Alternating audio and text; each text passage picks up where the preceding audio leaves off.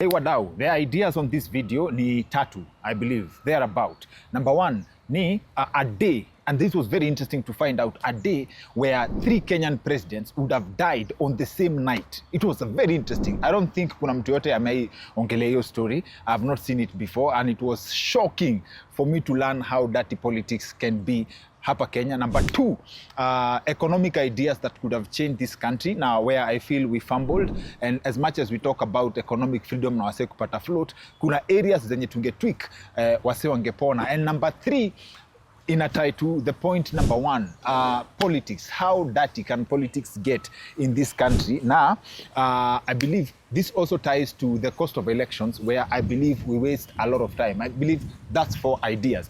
So number 1, economic ideas zenye na feel tulifumble. I've seen a documentary on YouTube, ilikuwa ya 1970. Can you imagine that? 1970. Yeah, comparison between capitalism in Kenya na socialism in Tanzania. A very interesting documentary. I've shared a link hapa kwa document to someone who would want to watch the whole of it. But kwa hii documentary, someone's being interviewed. It's a long documentary, almost an hour long, but I took interest in the leader, the person in charge were the Kenya Planters Cooperative Union, the union, the cooperative union that was responsible to cater for the interest ya coffee farmers in post-colonial Kenya, mapema when Kenya imepata independence. It was Mzee Jomo Kenyatta's brother, anaitwa Gengi Muigai. Coffee is controlled by the Kenya Planters Cooperative Union, or KPCU, and the International Coffee Board. The KPCU controls growing techniques and milling. The Coffee Board, governed by European and American interests, decides quotas and prices.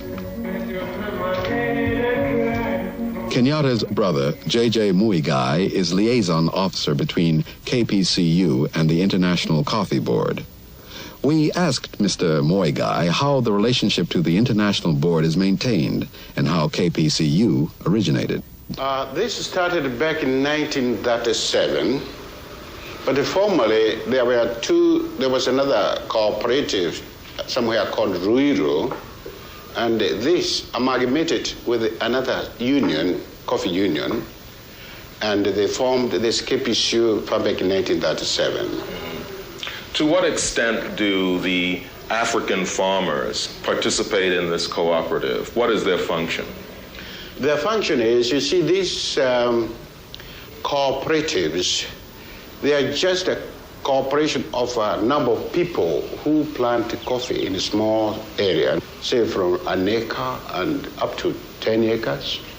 And because it is very expensive to build a factory, they formed cooperatives in order to process their coffee in one place and they sell it in a group. And when the gentleman responsible for marketing coffee ya Kenya to check out to look out for the interest of the Kenyan farmer akaulizwa, why don't you guys sell to the international market? And the answer would surprise you. We asked Mr. Muigai if profits for blacks would be increased were Kenya to sell its coffee unrestricted by the International Coffee Board. No, we found we can sell better in the world more than looking market for ourselves. You see, we as Kenya, we don't take that coffee to sell in the other countries. We sell our coffee in the auction here, and the coffee dealers, they take that coffee into the world, in Germany, Britain, America, Canada, but we are not interested to take that coffee ourselves into the world. You see what I mean? Are the Europeans who own coffee plantations taxed by the government for their ownership of that land? There's no land taxation. Well, I'm not in a point to verify there. I'm a bit doubtful about this land taxation, but let me come to coffee. Both societies or cooperatives and big plantations have to pay export tax to the government. When the coffee is sold here in the auction, every ton exported At the moment, government takes 200 shillings, both from societies and the plantation. The plant is a maze of highly technical machinery that grades, roasts, husks, and prepares the coffee for shipment.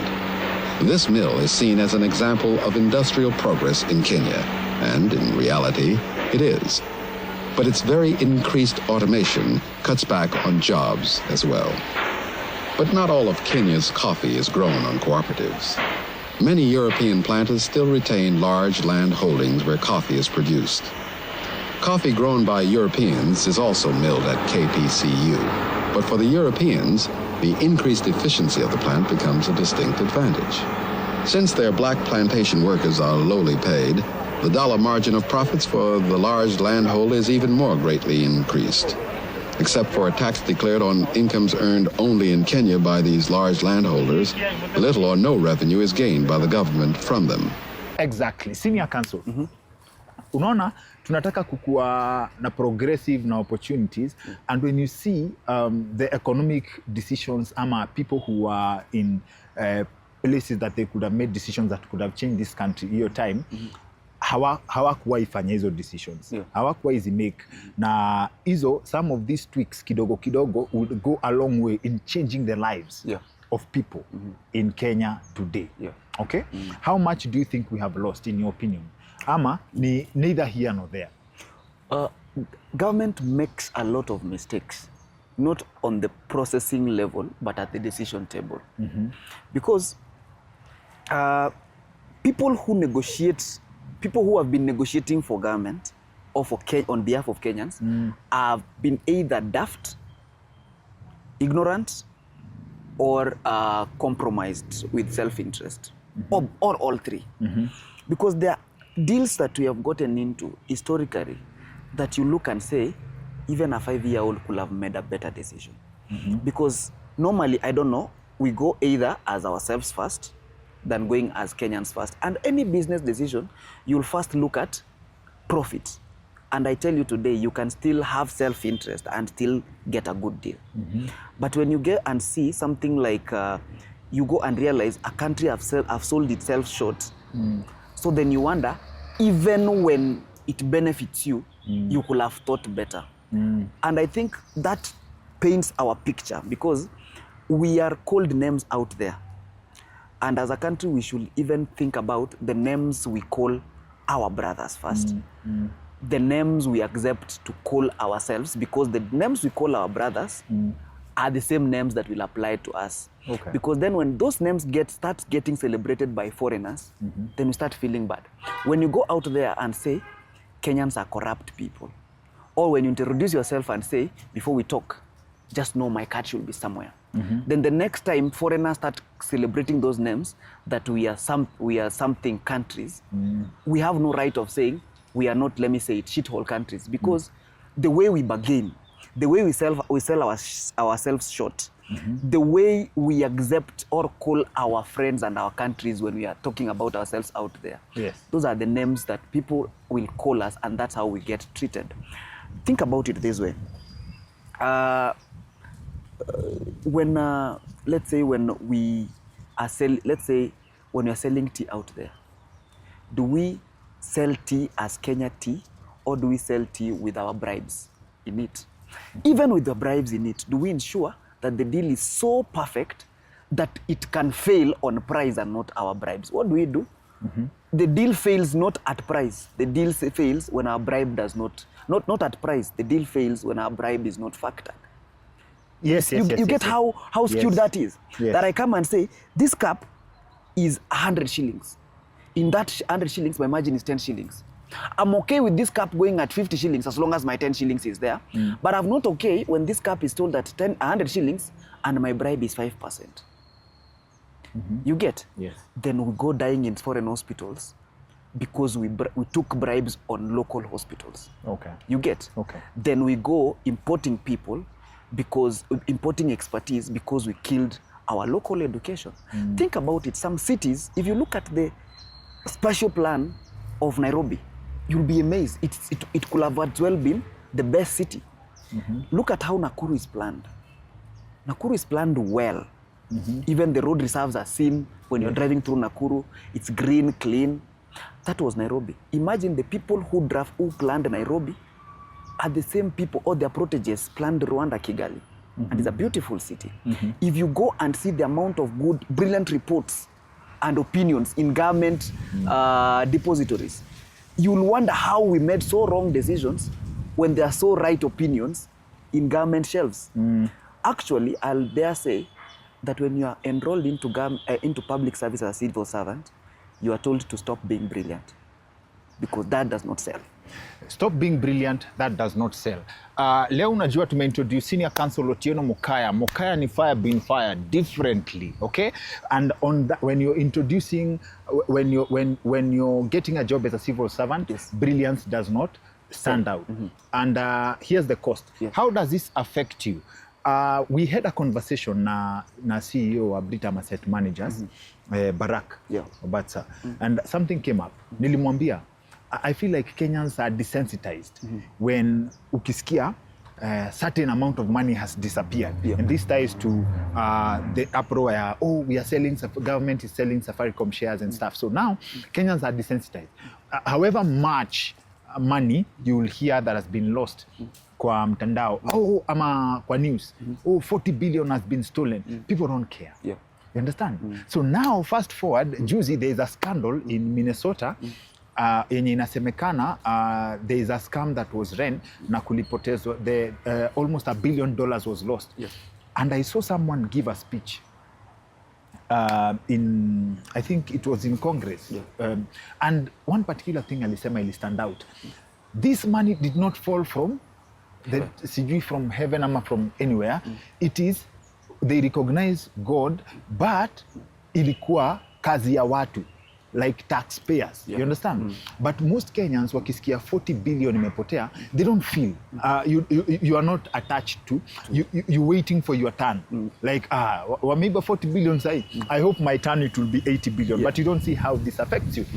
But now, fast forward to, we are the same people crying about unemployment. And here's where the conversation with Bwana CEO ilifika, accountability. The way you run a private organization like KCB, Nation Media Group, if you fail, you understand, the losses and the market will deal with you. You understand? The books will tell. For a government, if a parastatal fails, you inject more money. You understand? So there is no accountability whether yanguke ama you understand? So it means Kenya would run a very, not by privatizing public, this is my submission, Kenya would succeed not by privatizing parastatals and public properties, but running them as private organization with the same discipline. Does that make sense? So we ended the last comment with saying that there is no incentive to be brilliant in government. Actually, if you're brilliant in government, you will never be promoted. If you're brilliant in government, you'll never be promoted. Because it looks like you're exposing incompetence at the top, and those people need to protect themselves. So we have enough sharp people in government service, public service. Actually, service always takes the brilliant, except in our age when they started buying those jobs. I agree with you, and I have evidence. But then you question, at what point did we lose these sharp people? Did they stop thinking immediately they got to government? Or is it at the decision making, you are told, this is a brilliant idea, ingoje kidogo. We have clips of a former president laughing at the Auditor General for doing a good job. You remember that clip? We never picked it that way. Ati angalia mwingine hapa anataka kwenda London kuuliza pesa ilienda wapi. You get? Then you wonder, other than recognizing and saying that's a good job, can we sit and talk? Convince me why you think you're right and I'm wrong. On desensitization, we have never known what serikali is. You will hear even the president of Kenya saying, serikali inapanga. You will hear your member of parliament saying, tutaomba serikali. You hear your MCA says, tutaomba county. Then you wonder, at what point are you responsible? Who's this government? Which animal is this that is doing things that everybody is praying to and nobody is owning? So if we don't own government, because even if your member of parliament is from the opposition, his government because his vote is equal to the member in government. So when a bill passed that is insensitive, he is part of it. But what have we done?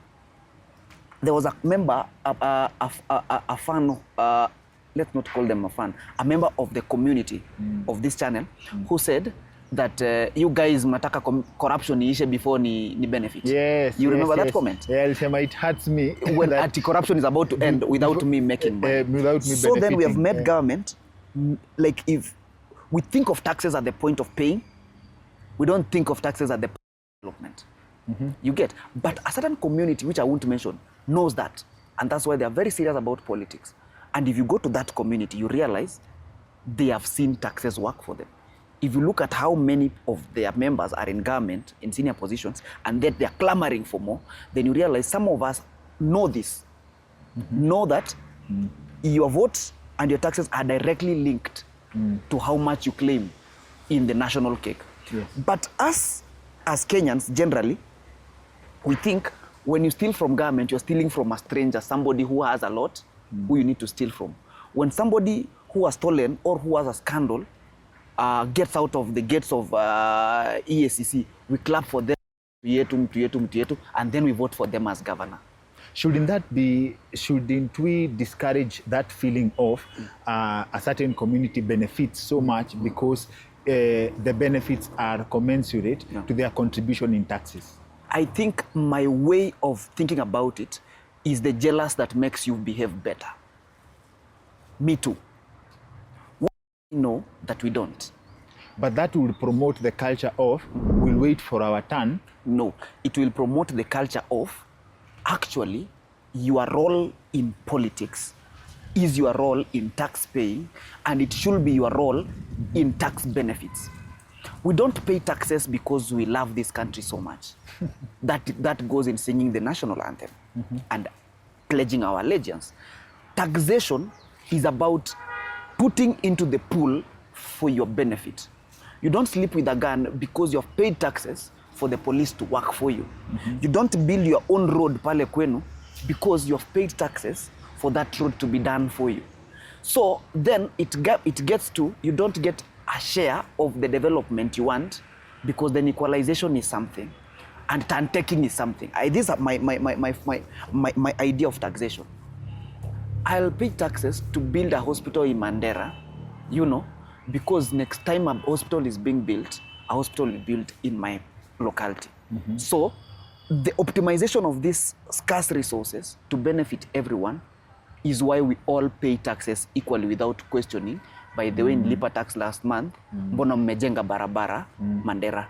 You get? So then equity starts, but if we steal all these taxes, then and celebrate people who steal when they don't steal on our behalf because they come from our neck of the woods, that's where we lose it. If Kenya was as poor as it looks right now, then it could have been bankrupted by the amount of theft that happens. Kenya is a very rich country. We don't have to stop stealing. We need to be patriotic in our stealing. Steal as if you're stealing your own money. We need to be patriotic in our stealing. It's ambitious to say we'll stop that vice today. Okay, I also, there's a lot of things, like when I've looked at the map of what is this country, we are being hit from different corners, including how much time we waste. Unajua, we take it lightly. The last conservative figures I would use ni the cost of elections, for example. The cost of elections. And this ties to economic ideas that would change this country. Number one, elections. Okay? Elections, we're already in campaign mode.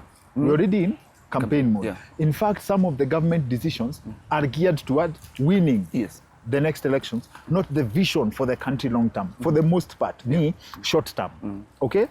2 years to the elections, campaigns, and then 2 years after the elections, pia ni kuset ground ya kujua when you're wameingia, they want to make sure they win the next election. Plus, we don't trust each other such that the cost of that election in itself, the cost of appointing new representatives, or some people would call them thieves, which is a very unfair thing to politicians, but we have explained that in another video.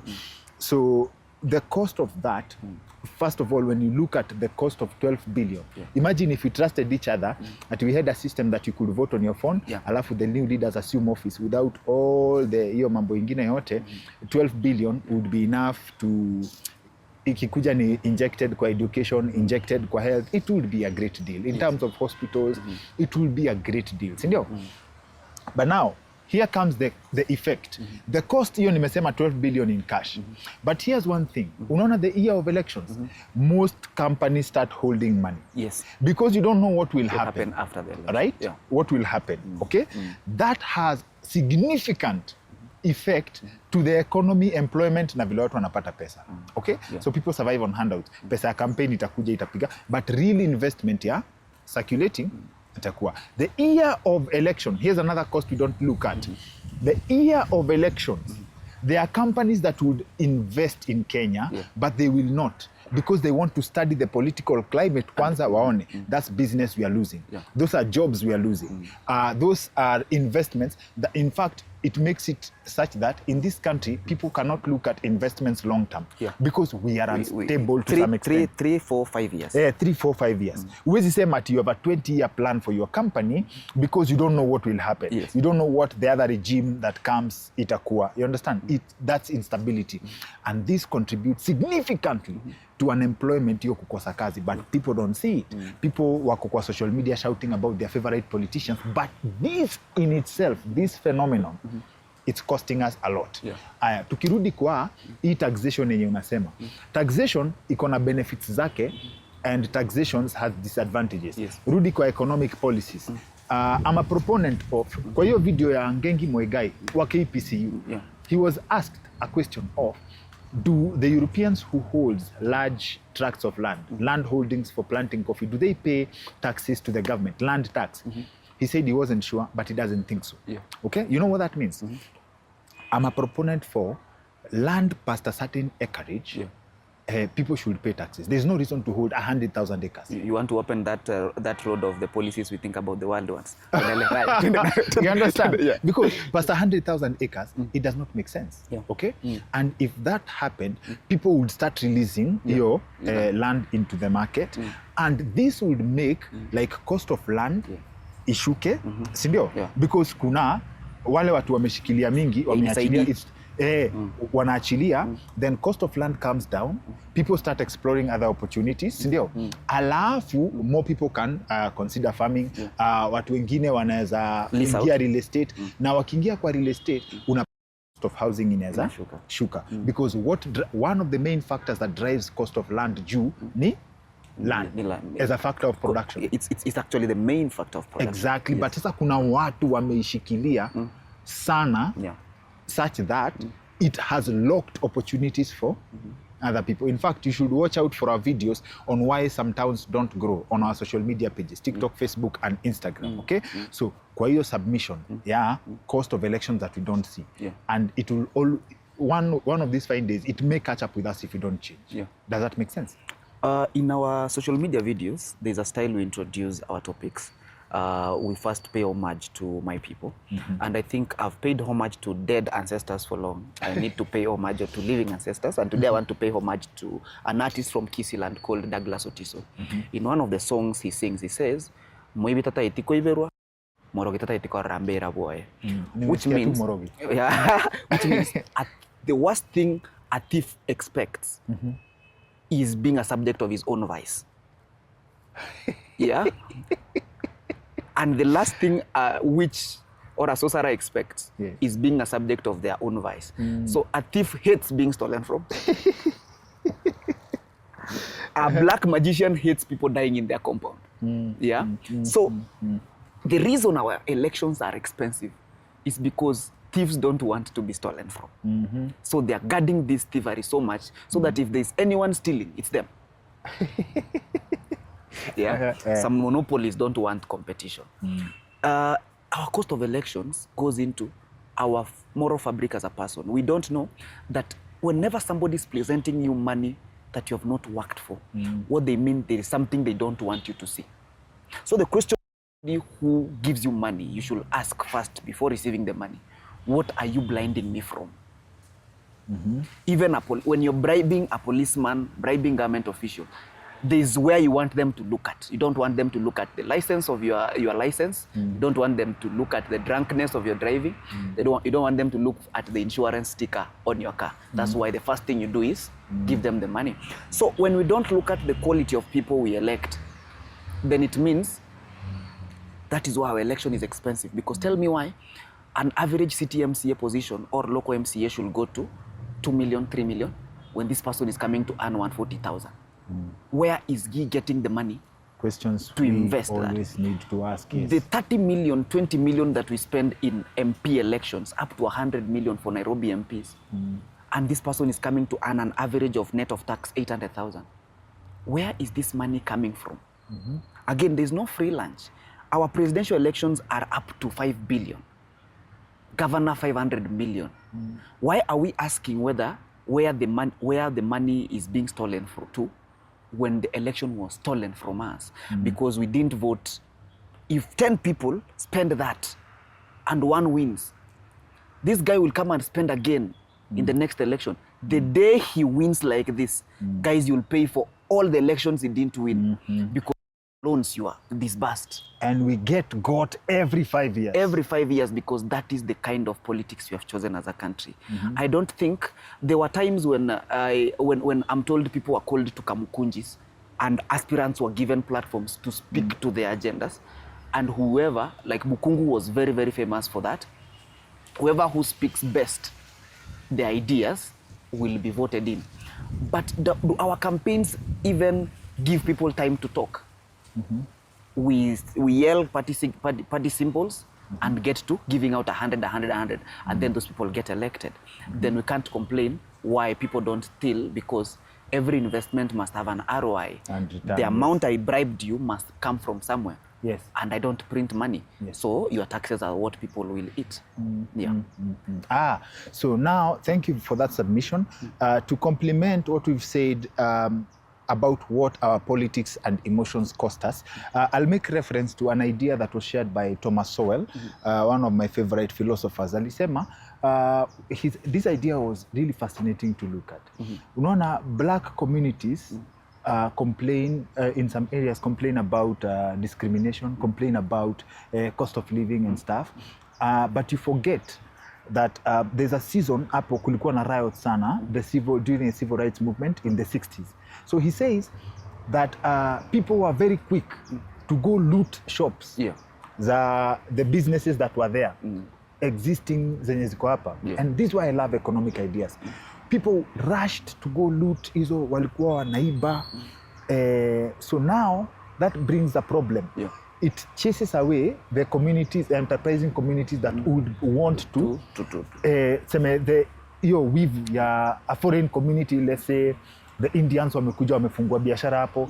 It is a culture that they've created, and when they succeed, and this also speaks to an idea why communities that do trade wakatikati are always hated where they are. There's a case for Somalis, there's a case for Kikuyus, there's a case for Indians. It's a very interesting pattern. Why are you omitting Kisses? And Kisses, yes. It's a very interesting pattern. Embedded in human nature. So you are forgetting that this person, for them to come open a shop there, cost of business has to go up because of security factors,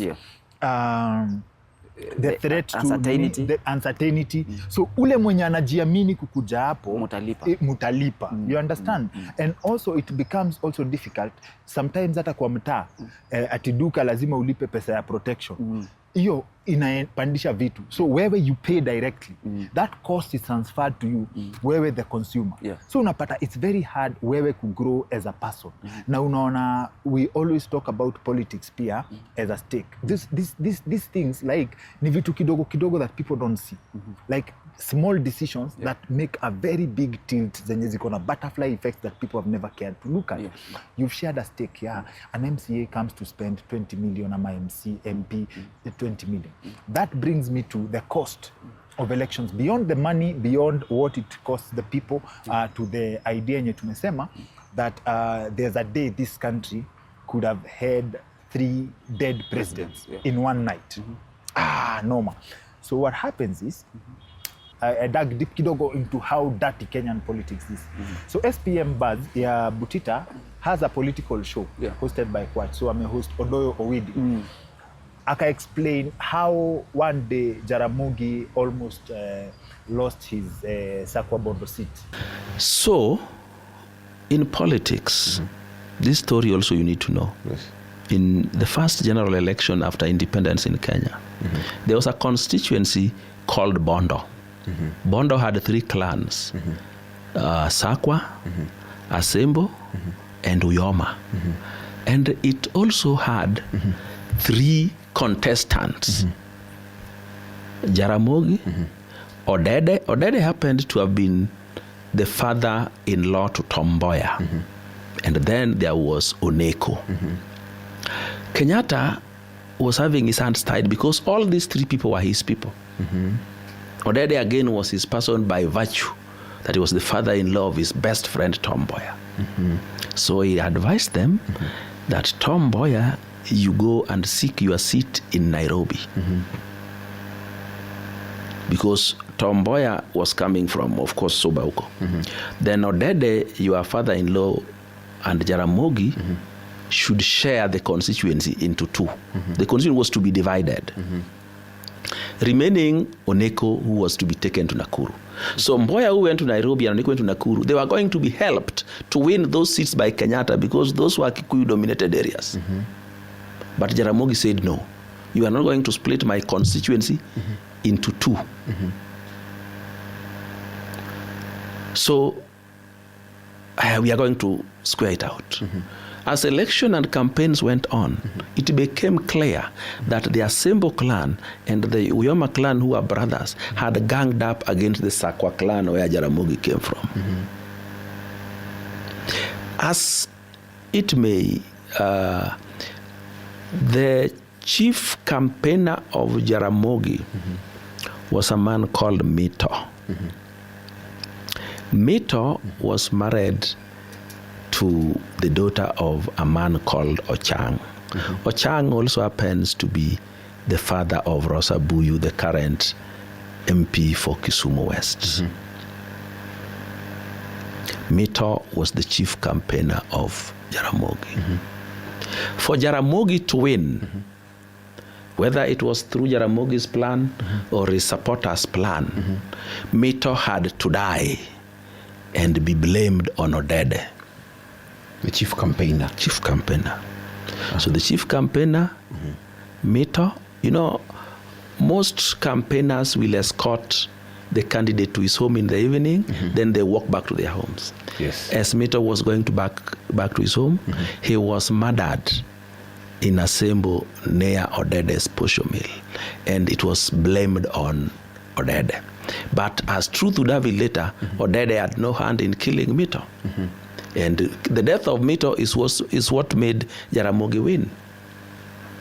What I am trying to tell you, in politics, you will borrow one of the laws of power which says, do something that people would not even believe it is you has done, but they would believe it is your opponent. Exactly.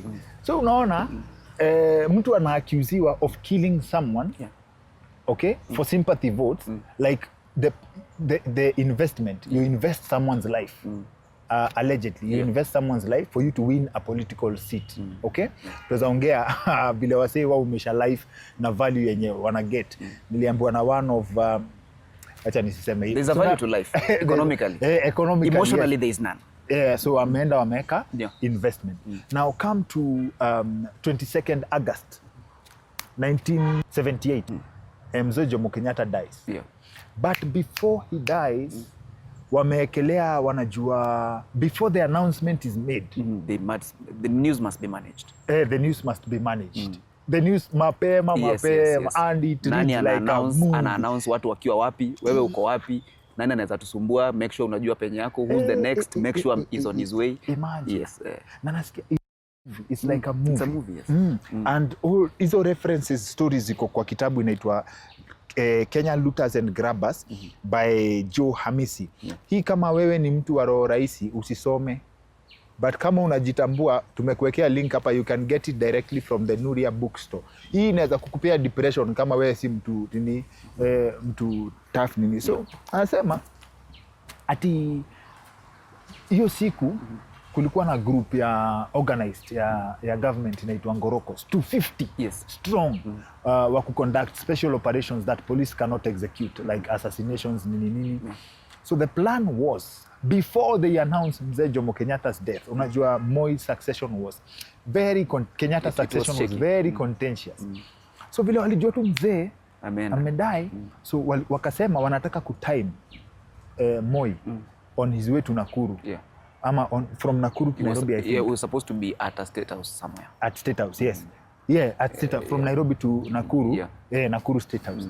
Wanataka kumtime. Okay? And then it was a plan to kill 300 politicians, but 15 of them top level. Okay? Na hapa kuna Moi na Kibaki. And the plan was so elaborate that nikisema 3 presidents would have died one day inamaanisha Kenyatta, Moi na Kibaki would have died on 28th August 1978. Wakampiga timing, and what saves him was that alipita mapema. Walichelewa kufika kwa barabara, the Nkoroko crew walichelewa kufika kwa barabara, walipata shapita, and by the time they would have executed the plan, he already was president. So now unaangalia he becomes president, but the plan was nani kama script, the plan was they kill him, and then waseme they had been found na Kibaki killing Mzee Jomo Kenyatta because they would have shot his body, alafu waseme we kill them after. Yes. And this was revealed in parliament. I believe wameweka details za when this happened. When this happened, I can actually go to the page where the page where this happened. Walikuwa wameweka elaborate plan mpaka unajiambia how do people cook such stuff. Acha nikuwekee context. Announcement would follow effect that presidential guards had caught 15 led by Moi in the act of murdering Kenyatta, and in their fury at the treachery, they opened fire at the 15 and killed them all. You understand? So the idea was they planned to get rid of him as well as 300 other politicians and civil servants, Moi. The death list was in 3 components. The first group of 15 comprising of top government officials who was to be murdered, be murdered before the announcement of the president's death. Moi, Njonjo and Kibaki were in turn to be told that Kenyatta was ill and the president wanted to see them at State House Nakuru. They would be conducted to the room containing Kenyatta's body. Then some Ngoroko men armed with submachine guns with silencers. Kuna kuanga na submachine guns na silencers. With silencers would leap from their hiding places and shoot all the 3 with their lethal weapons. The 3 would then pump bullets into Kenyatta's body and make it look like the 3 had killed Kenyatta. After that, so the details were revealed in Parliament on 26th October 1978. That is 3 months after the death of Mzee Jomo Kenyatta. That's sasa when you want to process the evil. Tukiangalia ukitaka kuverify the 6th October 1978, the details Parliament. I believe these things are in public domain. The evil that leads the country ni kama vile Senior Counsel Elisha Ongoya, incoming Senior Counsel, alisema you cannot make a good deal with bad guys. Bad guys. You know, every profession has its you'll say has its side effects. A doctor will start classifying people as file numbers after being a doctor for some time. So any person he sees in is a file number. You get, that's why you'll walk into a public hospital and find a doctor going for lunch. Then you feel bad because you think you have an emergency. Come to think of it, that is his life. He sees that every day. So when you tell him that my person is about to die, he wonders, that's another file you file away. Because to them, that overexposure dehumanizes you. Drivers will see vehicles as other tools of trade. That's why unashindwanga, mbona hii matatu haija mguu yake imeisha hivi. Yeye haoni gari kama gari, anaona gari kama jembe. You get? Lawyers will see every other matter as just another file. Does it matter what it involves, whether it involves your life or everything that you value?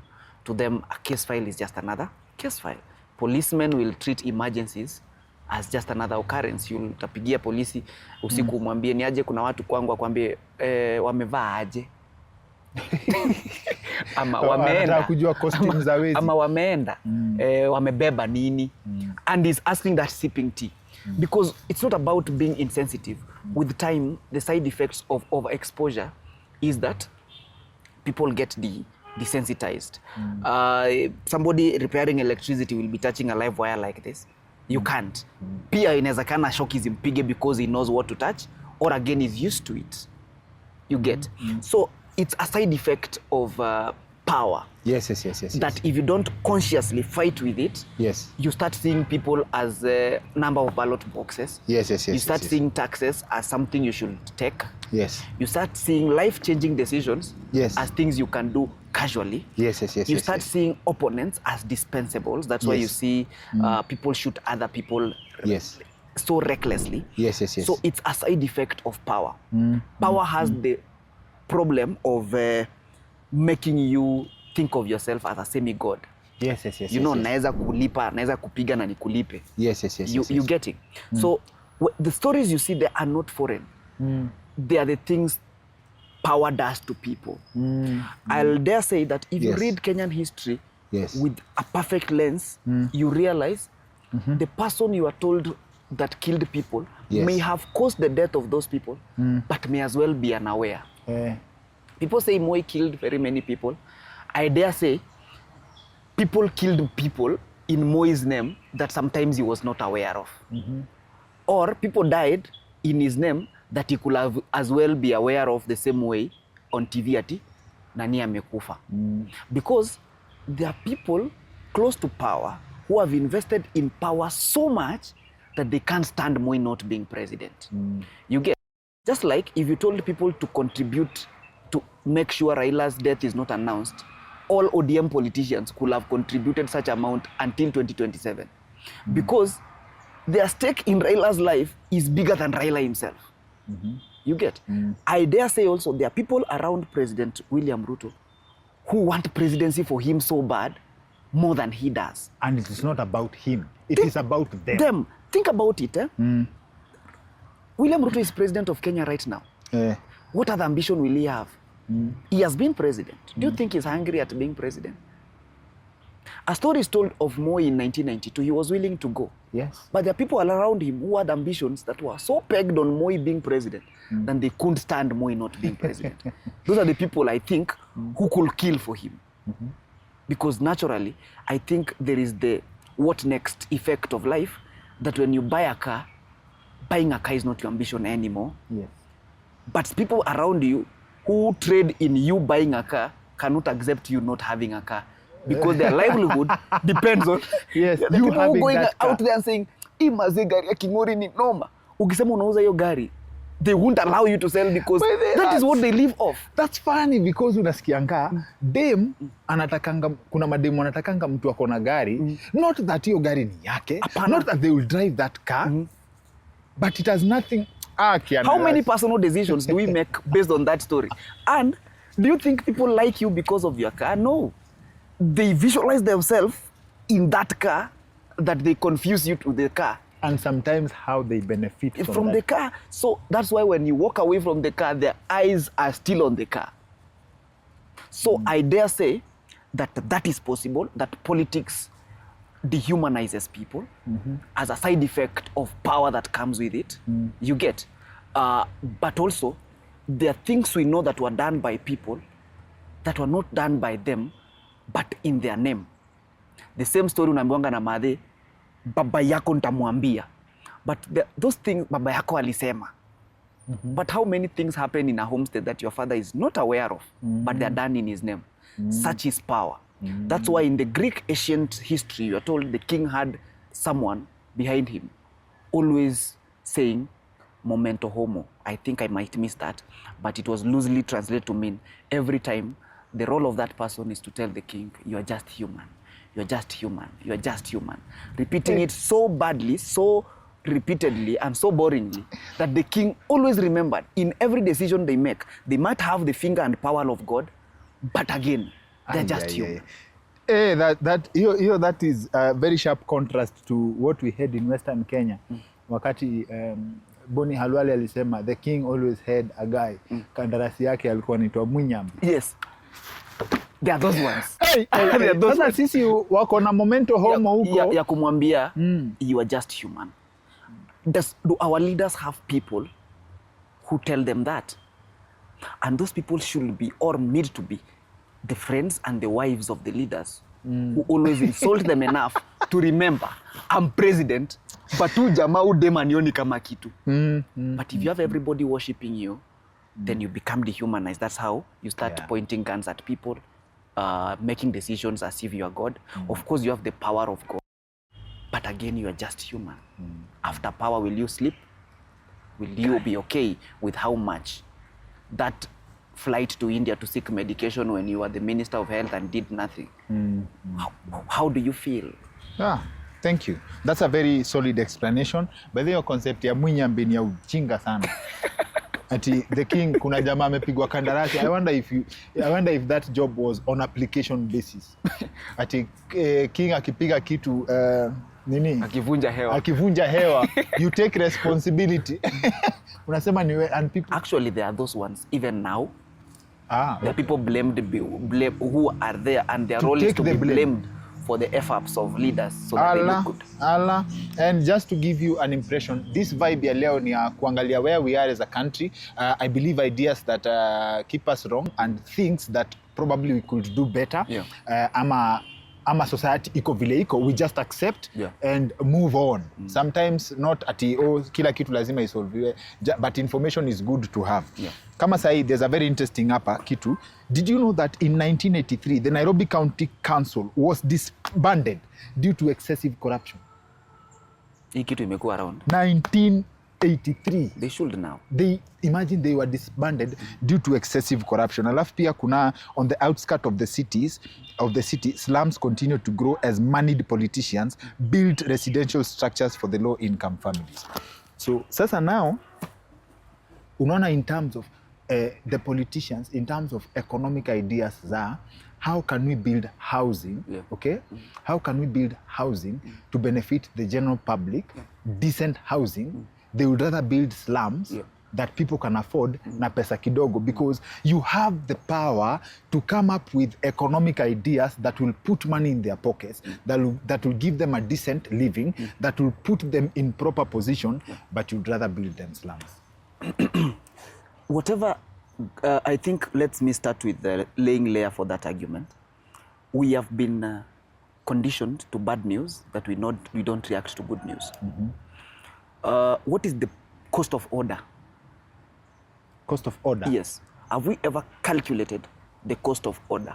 That, I know I've never seen God.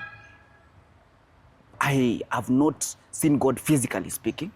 But there's a way I look at the world and say there's too much order. There must be somebody who arranged these things. That could be the foundation behind believing in God. You get that? If you ever questioned whether God exists, calculate the cost of order. That you bury a seed, it becomes, you don't know how, you are liquid form in some point. There's too much order that our miracles are right here. Somebody said, sometimes we don't see God because we don't look low enough. So, we are so used to chaos that we focus on chaos. We don't know how many successful transactions happen per minute, and we don't know those are miracles Safaricom is performing. We are looking for that day there's a downtime in M-Pesa to say Safaricom kwenda huko. You know, we don't see how many flights that KQ finishes.